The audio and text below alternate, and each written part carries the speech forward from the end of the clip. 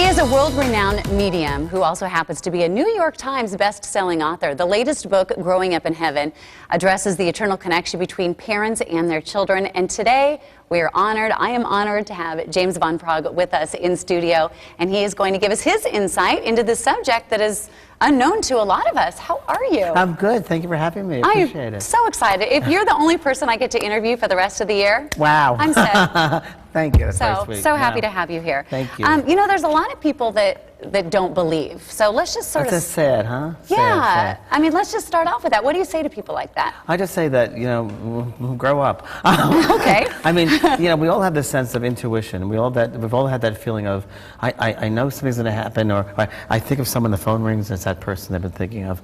Or we have a feeling about something, and if we don't listen to it, oh, I should have listened to that feeling. That's intuition. Okay. Intuition means into the soul. It's the language of the soul. It's part of who we are. It's our natural makeup. We actually have 6 senses, not 5. Really? So, and people, you know, thought, you can't see thought, but thought exists. And it is very real. I think everybody's coming around now because they have a lot of experiences. Everybody has experiences of loved ones in the dream state, or they've had signals and signs from them. So I think they're coming around. I really do. Well, I have so many questions, but I want to start with this brand new book, Growing Up in Heaven, and it's about children that have passed on. Did you have a lot of requests for people to want to find out more about what happens to the children? Well, actually, what happened was, it was very interesting. I've worked a lot with parents who've lost children, and I believe that's the hardest loss on this physical earth. And I wanted to do something for the parents, and that was in the back of my mind. And then several months before I started writing this book, I would see spirit children around my office and around different audience members. I'm like, why so many children? And one of my guides said, you're going to be writing a book and the children are going to help you write it. And this is the book, and these are the children's stories. And that's how the book came about. Oh, and you say, or at least someone has quoted, when adults pass, is that how you say it? Pass? Pass. They're from the past, right? And then when children pass, they're the future. Yes. Did I quote that right? You That's did. What I was trying to and say. there's a lot of quotes in there. I mean, it's also children are our teachers, very, very wise teachers. And I tell people, you know, think of it that we're all souls, and that this is our schoolroom down here. Right. And we come back to learn many different types of lessons. And a soul might just need to go through the birth experience. It might need 10 years, and they're finished. That's their They don't need to stay here 7 or 8 years. Right. So don't think that way. Think out of the box. And that we are souls having a human experience, not the other way around. Well, how do the children communicate? Do they communicate differently than the adults communicate? Yes, thank God. Okay. Thank God. Because you like having all the children in your office. And animals. I love the animals. When animals come through and children come through, and they come through with thought and feelings, their personalities come through, and they're very truthful, and they're honest. There's no judgment. I say their minds haven't become dirty. So good. There's no judgment, no fear. So they're very pure when they come through with a message. Yeah. Is it true that people that are blocked with grief, that they won't be able to communicate, that they sort of have to get past that before they can? Very insightful question, very good question. When someone is so set with grief and upsetment, it blocks. I say very much it's like a garden hose, and if you crank that hose, the water can't get through. Right. Same thing with these mental anguish around us. It builds a wall, and the spirit cannot get through to your mind because it's so built up with this anger and this grief and guilt or whatever. But it's hard to tell someone to, you know, just get over that so that you can, right. How do they unblock that? Number one, you can never say to somebody, get over it, because never say that. Never. It's the wrong thing to say. And everybody grieves differently, and it's a process. It is a process. And it's just, if they have the realization of the awareness that we are just spirits, and you can't kill anyone. There's no death. You can't kill energy. Energy transforms. Right. And we will meet again in the other dimension, for sure. And children, for instance, are always around guiding us and helping us. And sometimes that child has to pass over because they have to help the parent from the other side of life. There'll be a spirit guide of that parent. That happens quite frequently. Well, I'm curious, and these aren't all my questions, but if you're walking around or if you're meeting people, do you see someone from the past in every single person that you meet? Or does it just happen? No. I usually have to really prepare myself and meditate beforehand to get myself into a receptive state of being. That being said, every once in a while someone will pop in. It happened once at an airport, and this man with the black hair and these glasses, I'm like, he looks very familiar, but who is this spirit? Right. I got on the plane and he's walking up and down the aisle. And in the middle of flying from Nashville to LA, this lady next to me said, you know, my husband was Roy Orbison.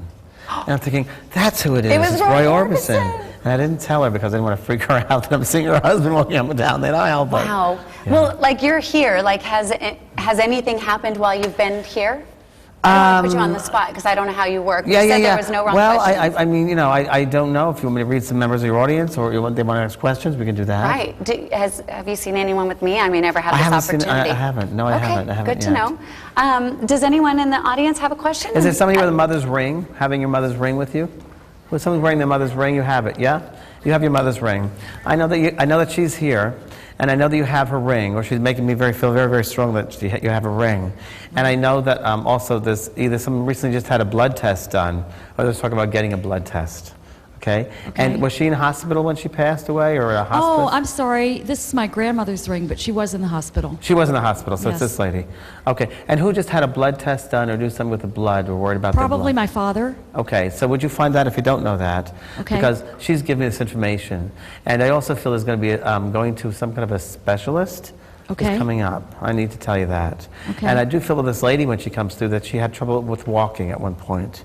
And having to go to, of course, toward the end, many elderly people do, but that really affected her because she was a very independent lady and she wanted no one to take care of her. And she said, I'm my own person. And that's how she comes through. And I would be willing to say that there's, she shows me either a painting or a print that someone has of hers. And do you understand that? Yes, I do. It's very interesting. Very interesting, No, isn't it? it's very interesting because I remember my grandmother, and it's been about 20 years now, and I really haven't thought about it for Yeah. a while. But you are bringing back some things to me, so I appreciate it. Yeah, you're very Wow. welcome. You're very, very welcome. Now, when you talk, your eyes sort of close. Like, is Yeah. it because you, like you said, is it channeling, or you're just getting Yeah. into thought and? What happens is, I believe that when you do mediumship, you know, consciousness is outside the body as well. So I fall into a little state of an altered consciousness. I want to say a trance state, but I'm definitely aware that I'm kind of outside here, Okay. and the awareness is outside here. And I open up for them to come through, and whoever can come through strongly, and it's usually someone who has a good sense of humor and who's very strong emotionally, Right. they're the ones that tend to get through. Because Well, 'cause- that's who I am. Because I'm like, as I'm talking, I'm thinking, you better come through for him because I don't know when I'm going to be sitting in front of you again. Which sort of brings me to my next question. My grandmother, she's old, but she's alive. She's great, and I But can't. there is a gentleman behind you. I don't know who he is, but there's a man behind you. Okay. So I don't know who this is. And did your dad pass over? No. Or your grandpa? One of my grandfathers Oh, passed. but I know there's a man behind you, but I don't know who he is. So if he tells me who he is, I'll let you know. Okay, But let me know. He's definitely standing to your right side, and he's wearing a suit and a tie, and he's dressed up for the occasion, and he would never wear a suit and tie in life, but he's definitely wearing one here. Wow. I don't know who he is yet, but we'll find out. Okay. Like my grandmother, I'm asking her, I'm like, when you die, Muffy, I talk like this to my grandma. I'm like, And you would, yes. Right. I'm like, will you come back and talk to me? Because I don't want you to leave. I want you to come back. Do you think my grandmother, who again is alive, does she have the choice to come back and talk to me? Oh, you bet she does, and she will. Okay. She will. Well, my first experience, my very, very first reading, when I discovered I did this, some lady came behind this woman in my work area. I was working a regular job there, and she said, my granddaughter works next to you. I lived in Idaho in a white house with yellow shutters, and we made a footstool cover together. I taught her needlepoint, and she said, would you please tell her I love her? So I told my coworker this, thinking, okay, she's going to think I'm crazy, but I can't help that. Right. And she said, yes, I used to go to her house in Idaho every summer. The last thing we did was she taught me how to do needlepoint, and we did a footstool cover together. And she promised me if she can come back and tell me she's okay after she passes the spirit, she will do that. And this was her way of doing that. So we have a choice. Oh, you bet. Okay. The love bonds continue on. for Yeah, sure. I am so coming back, and I'm haunting someone. Yeah. You love jewelry, don't you? You love jewelry. And I don't know if you want to do a jewelry line or you thought about doing the jewelry line, but I like that for you. You know about this, don't you? Oh, yeah, and everyone here knows that, too. Okay, I've never met you before, but I know there's a jewelry line that I need to continue doing that, and there's going to be either change in the manufacturer or a change in someone who's taking care of it, or even the design person you're working with, and I like that, okay? I like that, so Okay. I don't know what comes through, but that's good for you. But I want you to continue doing that because you need that creative outlet as well. Okay. Thank you so much. We could have you on the show forever. Real quick, in 20 seconds, Sure. give me a little something give me a little. I don't know, my love. I love you truly, my dear. Yes, he has I know. another career, so you'll just have to stay tuned. Yes. Thank you so much. A one-man show you're A doing. one-man show I'm doing, decided to start singing because I gave it up when I started doing mediumship 30 years ago. So now I'm going to be doing some Broadway show tunes. And yeah, Entertainment Tonight's going to be You're filming living it. life. I love it. You got to live your life. Life's too short. You could have Excellent. fun. Thank you so much. All right. Thank you. I know you're just I don't want to say you're dying to know where he is going to be. Dying is good. Death, there's no death. Okay, so it's dying is good. You can see James tonight at the Dobson High School Auditorium. The address is right there on your screen, 1501 West Guadalupe Road in Mason. Now, the event starts at 7, doors open at 6:30, and they open at 6:30 for those who buy their book at the Changing Hands bookstore in Tempe. And then at 6:45, everyone else gets to go in. So if you're smart, you'll go to Changing Hands Right, bookstore. and I will do a full song tonight, and I will be doing readings tonight. I'll be doing readings for the audience, and also I'm coming back August 25th to do a whole workshop here in Are Arizona. you going to come back here with us? If you'll have me, I'll be back. Oh, yes, we will. Okay.